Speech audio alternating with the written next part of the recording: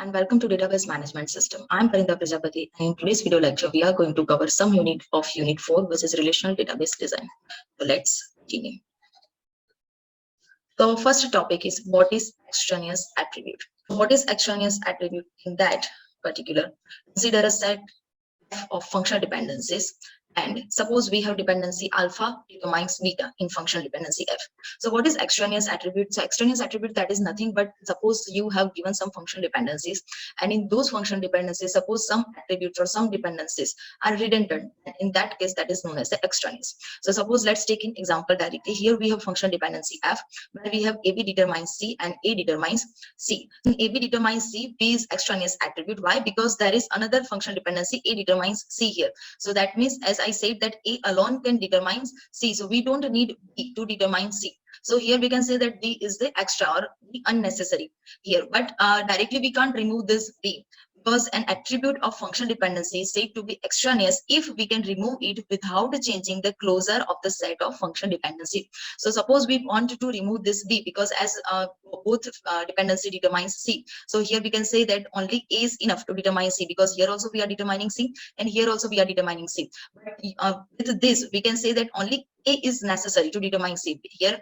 we have b determines c where b is extra, so we can remove that b. But before removing, what we have to do is we have to find out the closure set of f by after removing and before removing, and if we are getting the both closure same, in that case only we can remove b. So let's take an example for that. So before that we need to understand that what is canonical cover. So canonical cover, that is nothing but it is a minimal set of functional dependencies which is equivalent to f and having no redundant dependency or redundant parts of dependencies. So in other words, we can say that the simplified set of functional dependency that has similar closure to the original set of functional dependencies. So suppose you have given some functional dependencies, and in that functional dependency you are removing some redundant dependency, and finally you are getting what after removing those redundant dependency, whatever the functional dependency you are getting, then the closure of that function dependency and the original one is the same, then you can say that the new one is the canonical cover of the original function dependencies. So understand this in detail, let's take an example and let's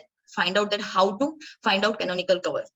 So here we have example where we have relation R with A, B, C, D attribute, and set of function dependencies are given like this. Like we have B determines A, D determines BC, and C determines ABD. So what we have to do is we have to find out the canonical cover. So to find out the canonical cover, we have divided this process into three different steps. So what is first step? So first step is to decompose this given functional dependency using Armstrong axioms decomposition rule to simplify RHS, that means right hand side.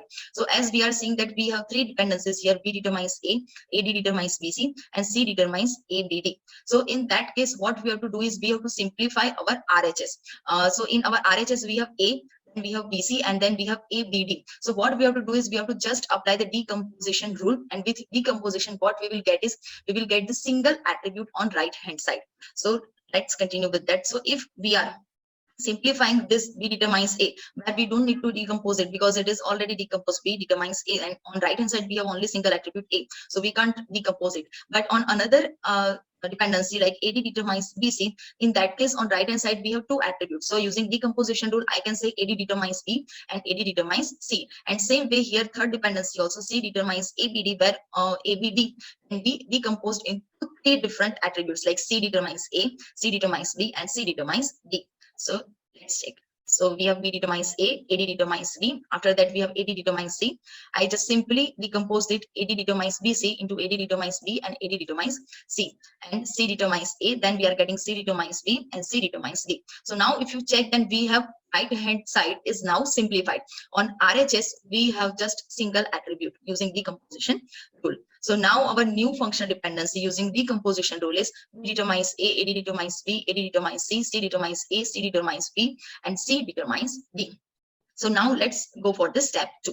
So what is step 2? We have to consider each functional dependency one by one. So here we are getting 1, 2, 3, 4, 5, and 6 dependency. So we have to consider all 6 dependency one by one. Which is obtained in step 1, and then after we have to determine whether it is essential or non-essential. So what we have to check is we have to just check that suppose we are checking B determines A, then we have to check that is this necessary or unnecessary. So how to check? So to determine whether a function dependency is essential or not, we have to compute the closure of its left side. So what is left side? If we are checking for the B determines A, in that case, if we want to check that is this dependency is required or not required, in that case we have to take closure of left side. So in left side we have B. So what we have to find out is B plus. Once by considering that the particular function dependency is present in the side, once by considering that the particular function dependency is not present in the side, which simply means what we have to do. Suppose we are taking the example of B determines A, because we have to go one by one for this 6 all. So we will start with B determines A.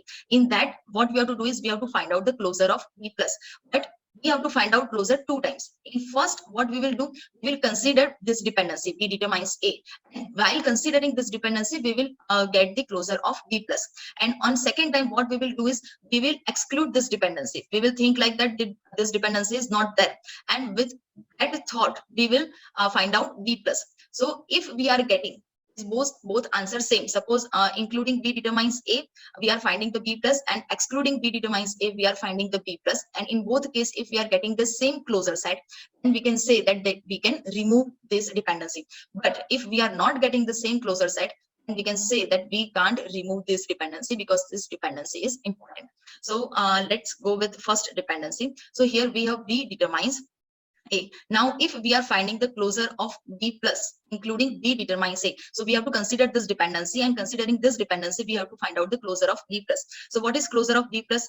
So let's go back to this function dependency, what we are getting after step 1. So here B plus, we have to find out the closure of B plus. That means simply we have to find out the all attribute that we can achieve using first B. So we have to consider this B determines A in first closure. So if we consider this dependency, then we can say that if we are finding out the closure of B plus, then it is obvious that B will determine itself B. So using B, we will get B. But using B, we are getting A also, as this is the first dependency, B determines A, and we are considering this dependency. So we are getting A also. Here B determines A. So closure B plus, including this dependency, if we find out the closure, then B plus is equals to A and B both. Using B, we can determine A also because of this dependency, and it is obvious that with self-determination rule, B determines itself. So we are getting A, B both. And now what we will do is we will find out the closure of B plus excluding B determines A.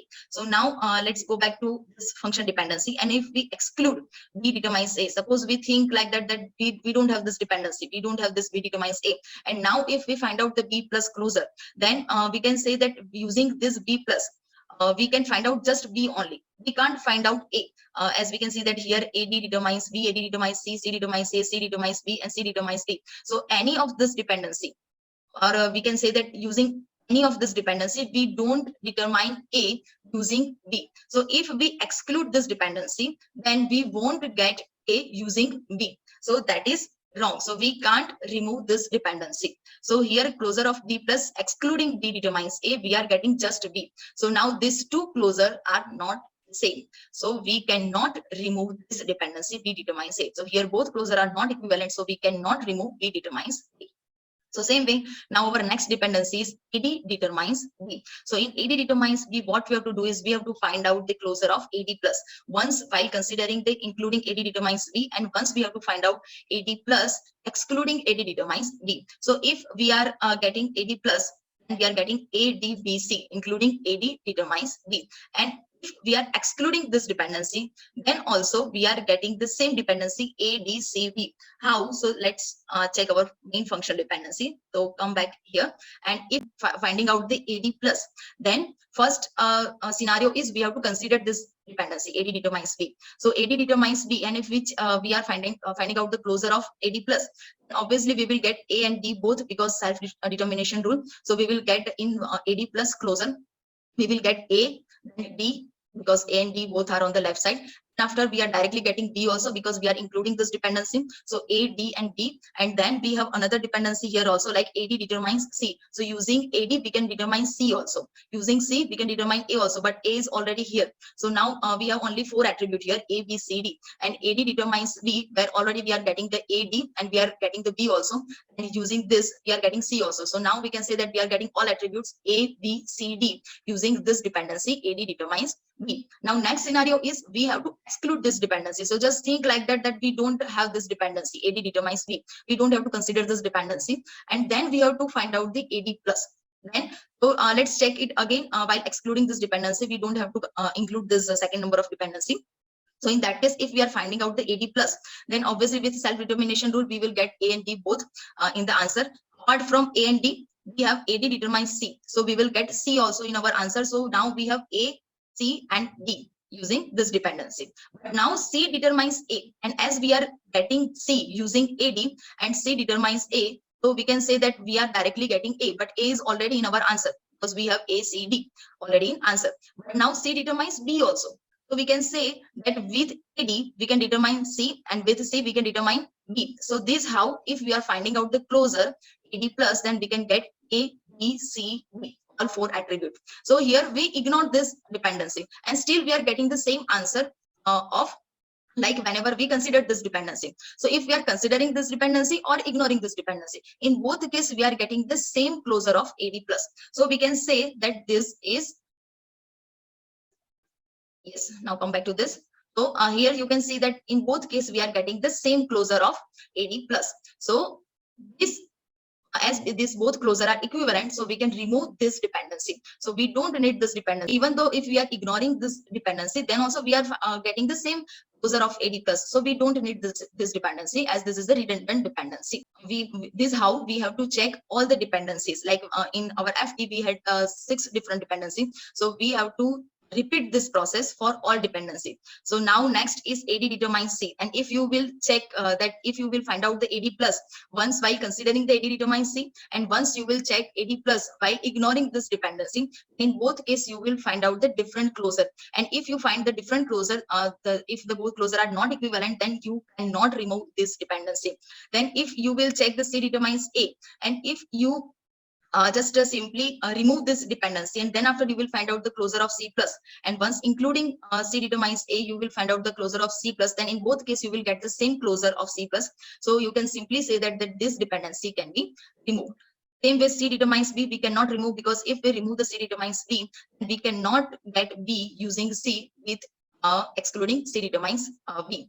And then after C determines D, that also we cannot remove. So what we have to do is we have to just repeat this process once while including that dependency, and once we find out the closure excluding this dependency. And what you have to check is simply the answer. If both and you are getting the same answer, then you can simply remove. If you don't get the same answer, then you cannot remove. So this how now finally what we will get is our new dependencies will be B determines A, then AD determines C, C determines B, and C determines D. So now we will move to step 3. And in step 3, what we have to do is we have to simplify our LHS, left hand side. So for that, what we have to do is consider the newly obtained side function dependency after performing step 2. So after performing step 2, what we are getting is this. So here now we have function dependency B determines A, AD determines C, C determines B, and C determines D. And then after second thing, what we have to do is check if there is any function dependency that contains more than one attribute on its left side.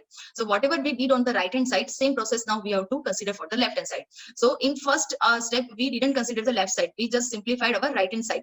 And now what we have to do is we have to consider left hand side. So in left hand side, if we are having any dependency where we have more than one attribute, then we have to simplify that dependency if possible. So here in first B determines A, and then after third and fourth, we don't need to simplify this, because in this 3 dependency we have just single attribute on left hand side. Here just B, here just C, and here also just C. But in second dependency we have AD determines C. So on left hand side we have 2 attributes, A and B. So now what we have to check is we have to check this AD determines C when we have more than 2 attributes on left hand side. So what we have to do is here, if A itself can determine A and D both, then we can say that there is extraneous attribute. So what we have to do is we have to find out the closure of A plus, and then we have to find out the closure of D plus. And what we have to check is we have to just check that if only A, if you find out the closure of A, and if in that closure you can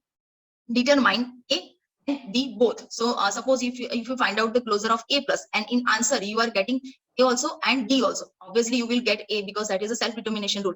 But if you are getting D also directly using just A, then you can remove this D, because we don't require D, as we can simply get D using A. And same vice versa, that if you are finding out the closure of D only, like D plus, and in answer if you are getting D as well as A. That means if you can find out the attribute A using just D, then our A is extraneous attribute. So we can simply remove this attribute. But in this case, if you will find out the A plus and or find out the D plus, in both case, suppose if we are finding out the A plus, that is a closure of A, you won't get as we can check this function dependency. So if we check this dependency for dependency which we are getting after step 2. So if we check this dependency, then if we find out the closure of A plus, then in answer we will get first A because self-determination rule. But then after directly A, don't determine any attributes. Here we can see that AD determines C, but it is AD determines C, not just A. So we can't consider C in that case. But what we have to check is, can we get D directly using A? So no, here there is no dependency which we can use to determine D from A, because on left hand side we don't have A. Where is determining D. So using this dependency, if we find out the closure of A plus, we will get A only. We won't get D. In same case, using this dependency, if we are finding out the closure of D plus, in D plus we will get D because self-determination rule. But what we have to check is, can we get A using D? So here let's check that do we have on left side D. So here also we don't have D anywhere. Here we have D, but that D is with combination of A, and it will determining this C, not the A. So what we have to check is, are we getting A using D? So no, we don't have any dependency where we can say that D determines A. So in this case, just A or just D is not enough to find out or to have the other attribute. So using A, we can't get D, and using just D, we can't get A. So we cannot simplify this AD. So we have to keep this dependency as it is. So here, yeah, so if we check this function dependency, then we can say that only A is not sufficient to determine D, and same way D is not sufficient to determine A. So we cannot remove any of them. So finally, we have this functional dependency. We determine A. So whatever we are getting after step 2, it will remain the same after step 3 also. So we are getting determine A, D determines C, and C determines BD. Which is canonical cover of function dependency. This was the original function dependency, and here what we did is we just union this two dependency, as we are getting C determines B and C determines D. So what we can do is we can just apply the union rule. So we can say that C determines BD. So this is nothing but the this function dependency only. So we can say that now this function dependency is a canonical cover, or I can say the minimal set of this original function dependency, because this was the original question where we just started to simplify, get the canonical cover of this function dependency. So finally, we are getting this dependency as canonical cover of this function dependency. So this is how you can find out the canonical cover. Now next topic is decomposition. So what is decomposition? So decomposition is nothing but whenever your table is not in the appropriate form, at that time what you will do is you will just divide your table. So when relation or table is not in appropriate form, at that time we need to do decomposition. The process where we break table into multiple tables, that is known as the decomposition. So suppose you have relation R and which don't have the proper design, then to simplify that table, you are breaking that table into R1 and R2. So this process is known as the decomposition. So if we do not go with proper decomposition, so it is not just like that you just decompose the table, like if I have relation R, and if I am dividing this relation R into R1 and R2 and that's it, that's enough for the decomposition. No, suppose your decomposition is not good or not proper, in that case it can lead the loss of information. So our decomposition is divided into two kind of decomposition. First one is lossless and second one is lossy decomposition. So what is lossless? So let's take each one in detail. So if we decompose our relation R into R1 and R2, and then we join this R1 and R2, okay, and if we are getting the same relation R, and what we have to apply is natural join, and it is known as the lossless. So it simply means that if you are dividing your table into multiple table, and if you want to check that whatever the divide operation you have done on your original table, that is appropriate or not, or it is proper or not, in that case what you have to do is whatever the new table you have achieved from the original table, just rejoin those tables with natural join. And if you are getting the same table like the original one, then you can say that that is lossless join. That means you are not losing any information. So let's take an example that here we have one table where we have employee ID, employee name, employee age, employee location, department ID, and department name. So suppose I am dividing this table into two different table. So now here we have 1, 2, 3, 4, 5, 6. Yes, 6 columns are there. And now I'm dividing this table into 2 different tables. So my first table is all about employee data, where I have employee ID, name, age, and location. And on another table, I'm getting the information of department. So department ID, employee ID, and department name. But now, why we are having employee ID here? Because to join two table, at least I need one common column or one common attribute in this two table. So I will join this two table using employee ID, which is common in this. So I just divided this original table into this two table. And if now I apply the natural join on this particular two tables, then I will get this result, which is just same like the original one. So here I'm getting the 6 column again, and in this 6 column I'm getting the same result like my original table. So my original table was this, and after, these are my new tables, R1 and R2. And if I do the join operation on this R1 and R2, then I will get the same relation like R. So we can say that here we are not losing any information. We are getting the same result just like the original one after joining operation. So that's why we can say that that is lossless decomposition. But another one is lossy decomposition. So what is lossy decomposition? So when a relation is decomposed into 2 or more relation and the loss of information is unavoidable and the original relation is retrieved. So suppose I have a relation R, and if I divide that relation into R1 and R2, and when I am joining those R1 and R2 and we don't get the same relation like R, like if we are getting some extra attribute, extra records, or we are losing some information, in that case we can say that that is lossy decomposition. So if we have not done the proper decomposition, then it can lead to lossy decomposition. So let's take the same example. So here we have the same table, and at same table like previous one, where we had the 6 different column: employee ID, employee name, employee age, employee location, and then we had the department ID, department name. And now I'm dividing this two table like this. So here what is the difference in this? So here first table is the same, like we are having the same employee information here. But in second table, what I am taking is just department ID and department name. I'm not taking employee ID here. And if I will perform the join operation on this two, so that it won't be same like relation R. So as we are not having any common attribute here, so if we perform any kind of join operation, then we will have some loss of information, or we will get some extra records which are not relevant to us, or which are not enough to give the enough information. So that in that case we can say that that is a lossy decomposition. So if we are joining this two table, then we won't get the same original table like we had in relation R. We will get some extra records because as we don't have any common attribute here. So that's why that is known as the lossy decomposition. Thank you.